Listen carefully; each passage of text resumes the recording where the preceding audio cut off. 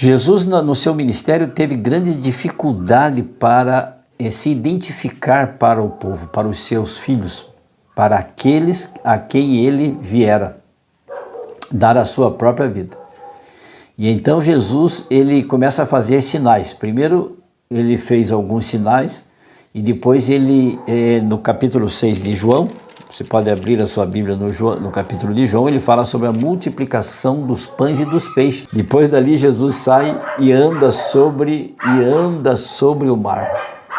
E agora, depois disso, Jesus estava do outro lado do mar. As pessoas que viram, presenciaram e se beneficiaram dos milagres de Jesus, da multiplicação dos pães e dos peixes, foram atrás de Jesus no outro dia e não o acharam e viram que Jesus, constataram que Jesus estava do outro lado do mar. Eles atravessaram o mar da Galileia e foram ter com Jesus.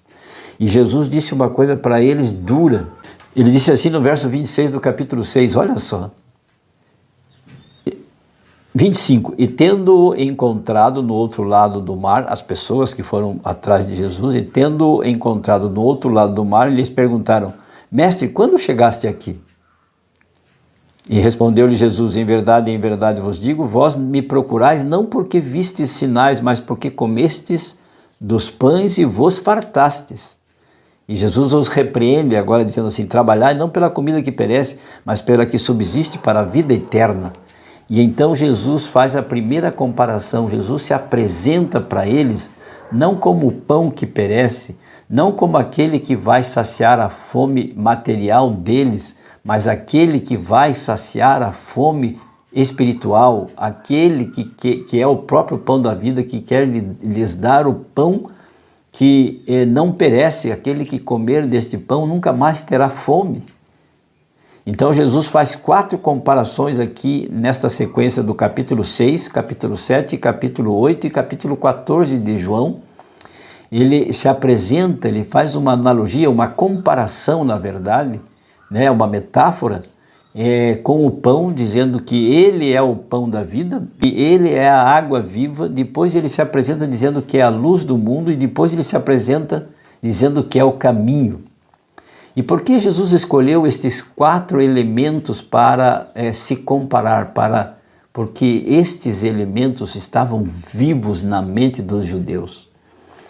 O pão era para eles fundamental e eles tinham na sua mente ainda como recordação que Moisés os alimentou através do maná, o pão que veio do céu. E Jesus então diz assim para eles, dizem para Jesus, nossos pais comeram do maná no deserto, como está escrito, deu-lhes de comer o pão do céu. Daí Jesus disse assim, em verdade vos digo que não foi Moisés quem vos deu o pão do céu, o verdadeiro pão do céu é meu Pai quem vos dá.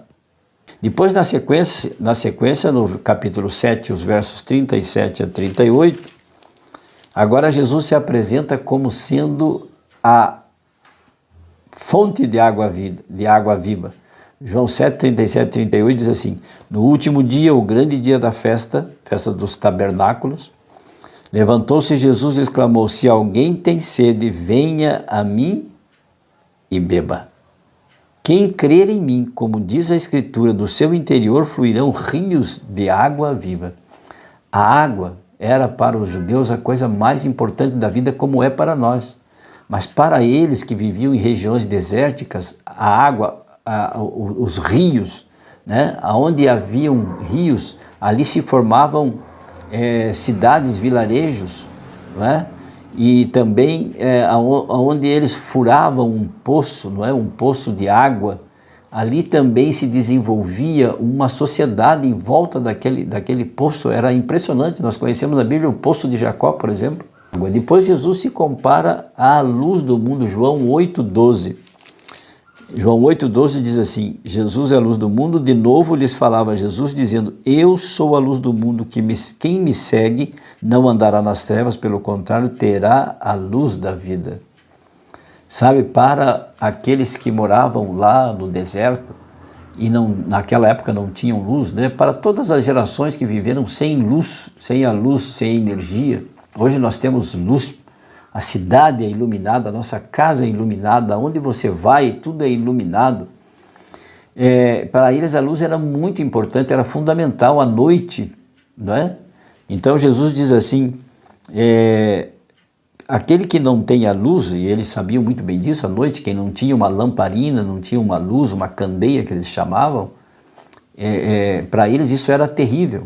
Eu vim do Pai para iluminar a vida de vocês, para trazer esperança, para trazer paz, para trazer, para que vocês saiam das trevas e parem de se debater como cegos. E depois, finalmente, Jesus se compara ao caminho, João 14:6, mas eu sou o caminho e a verdade e a vida, ninguém vem ao Pai senão por mim. Os caminhos para os judeus, para aqueles homens que viviam no tempo de Jesus, eram importantíssimos. Eles não tinham estradas asfaltadas, estradas pavimentadas como nós temos hoje. Eles tinham caminhos, carreiros, que os levavam aos lugares certos. Jesus quer te dar o pão da vida, o pão que desceu do céu, não aquele que Moisés deu o maná, mas o verdadeiro pão que o Pai do céu deu para a humanidade. Você está sentindo sede? Pois Jesus é a fonte de água viva. Ele disse, aquele que beber desta água se tornarão como rios inesgotáveis que jorrarão para a vida eterna e nunca mais teremos sede. Jesus também é a luz do mundo. Você está em trevas, está decepcionada, está com medo, não sabe para onde ir. Veja que Jesus é a luz do mundo. Ele quer iluminar os teus caminhos. A palavra de Deus é a luz. É lâmpada para os nossos pés e luz para os nossos caminhos. Salmo 119:105. E Jesus, então, por fim, ele diz, eu sou o caminho, a verdade e a vida. Ninguém vem ao Pai senão por mim, disse Jesus, João 14:6. Que tal? Que tal você tomar uma decisão ao lado de Jesus? O pão da vida, a luz do mundo, o caminho verdadeiro e a água da vida. Vale a pena crermos em Jesus. Vamos orar, pedir a Deus a sua bênção.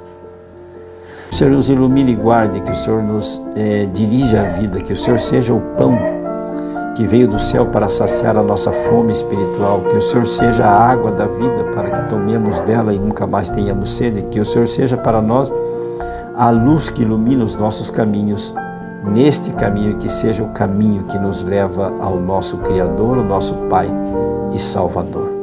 Em nome de Jesus, assim oramos, rogando pelo Espírito Santo, agradecidos. Amém. E lembre-se, amigo, amiga, aquele que ouvir a palavra de Deus, este habitará seguro, em paz, tranquilo e sem temor. Fique com Deus. Amo vocês. Tchau, tchau.